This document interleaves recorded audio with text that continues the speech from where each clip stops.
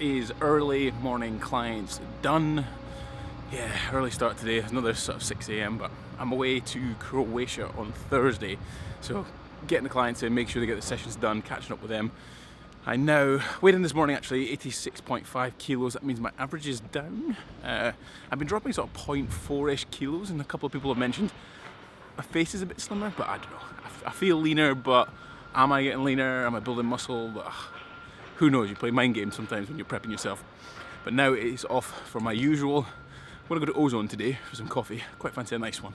So I'm gonna go to Ozone, get my 27 vlog done, and then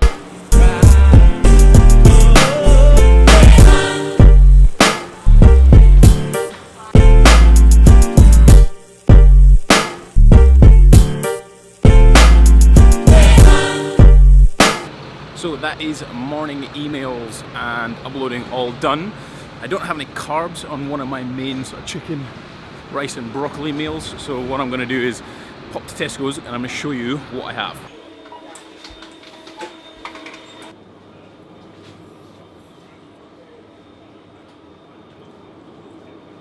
Well, that was actually a bit of a fail. Normally I go for this thing called Merchant Gourmet, which is these kind of lentil spelt packs that you don't need to even cook, but yeah, that didn't work out very well. So what I'm going to do is there's a bigger Sainsbury's that's up the road, so I'm going to do that, check that out when I go to train with Tom later. Thanks.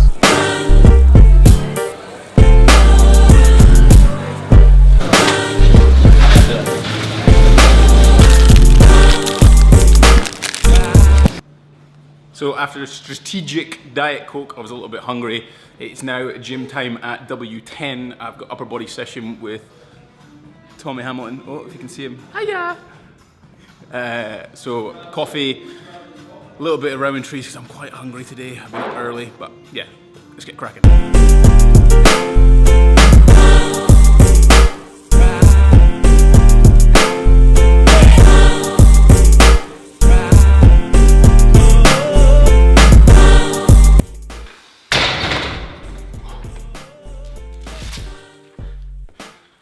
Okay, so let's go over the bench press and give you a few little pointers in terms of trying to improve things for you.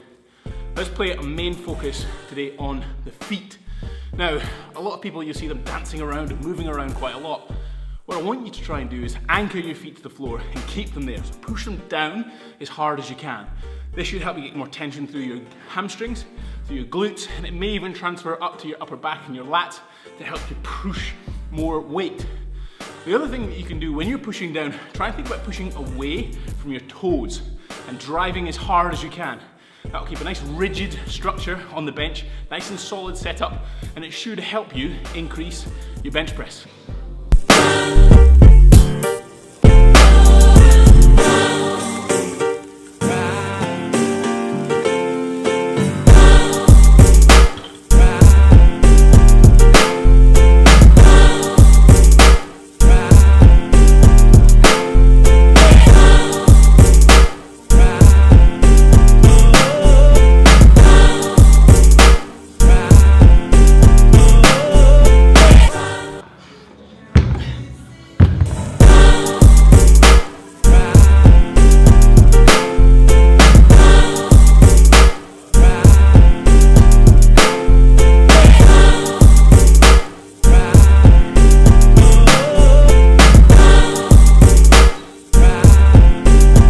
Dave's definitely a secret Craig David fan. I'm just an actual Craig David fan. Woo. So session done, upper body felt pretty good actually, much better than yesterday, like 10 times better. Bench press 125, 5 sets of 4, which is all good. Then hit incline dumbbell press PB 3 times 10 on the 40 kilo dumbbells, and then it was just a case of sort of pendlay rows, some CT cable rows, and then some fluff work, arms, lateral raises, that kind of thing. Felt good. Now it is a case of catch up more emails, write a couple programs, and I have evening clients tonight for 3, and I'll be done at 8:30, so a long day. In at 6, finished at 8:30.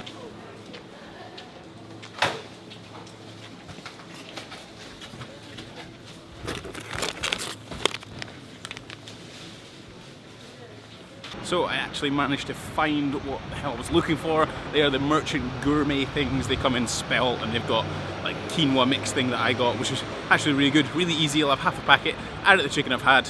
Simple source, high in fiber, carbohydrates.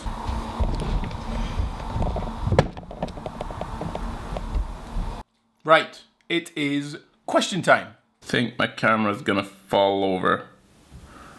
I can't break another one.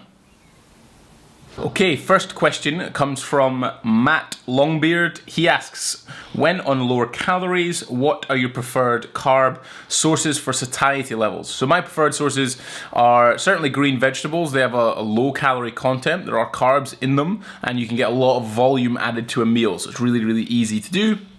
Other sources like oats, for example, having that with skim milk or some almond milk, you might be able to get some benefits of slightly lower calories to get the taste, potentially.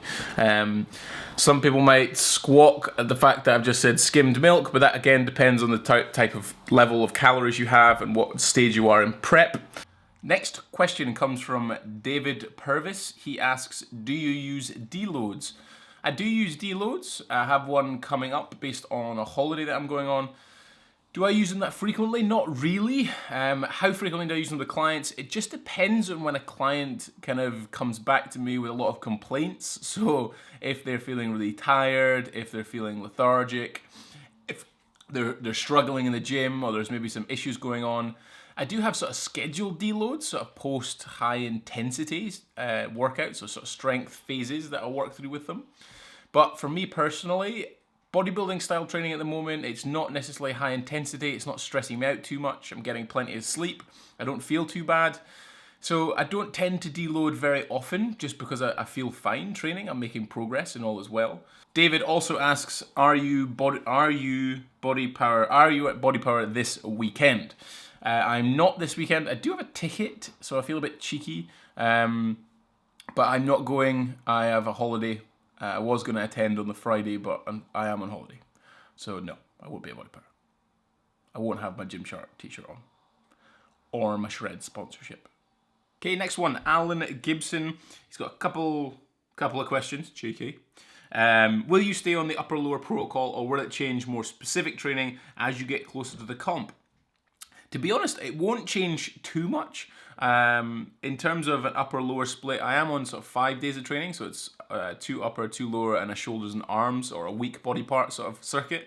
I actually quite enjoy that. It's a bit of a preference. I'll continue on this early phase to continue to try and push volume higher. So for example, yesterday I hit 3 times 10 45 kilo dumbbells on incline press for the first time in a long time, I think, certainly that I can remember.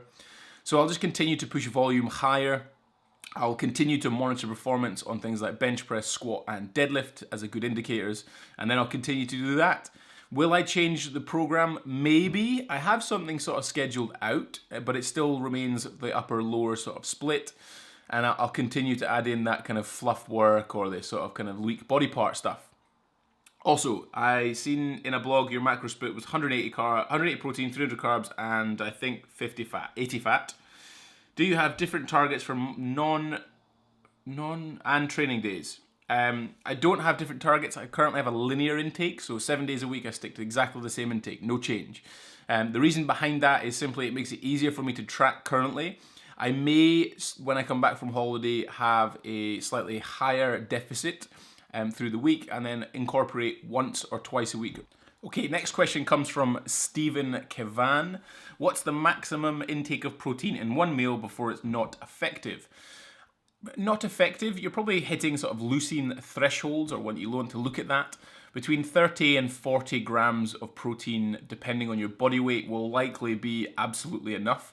It's also dependent on the protein quality. So if you're going for vegetable sources, they have slightly lower leucine content, whereas if you're going for things like whey protein, you've got much higher. So you actually require more of, say, the vegetable protein and less of the higher quality protein. Your example of sort of 50 grams, I'm sort of thinking that if you are going out for a meal and the meal has a higher amount of protein that you can't necessarily change, it's one meal. I wouldn't really worry about it too much. If you're sort of bolus feeding, so having regular feedings of 30 to 40 grams of protein towards your muscle building goals, then that's absolutely. Next question comes from Monica. Does everyone's belly buttons pop out when they get lean? Mine kind of does. It doesn't pop out, I'd say. It just goes like flat. I certainly don't have an innie. Let's put it that way.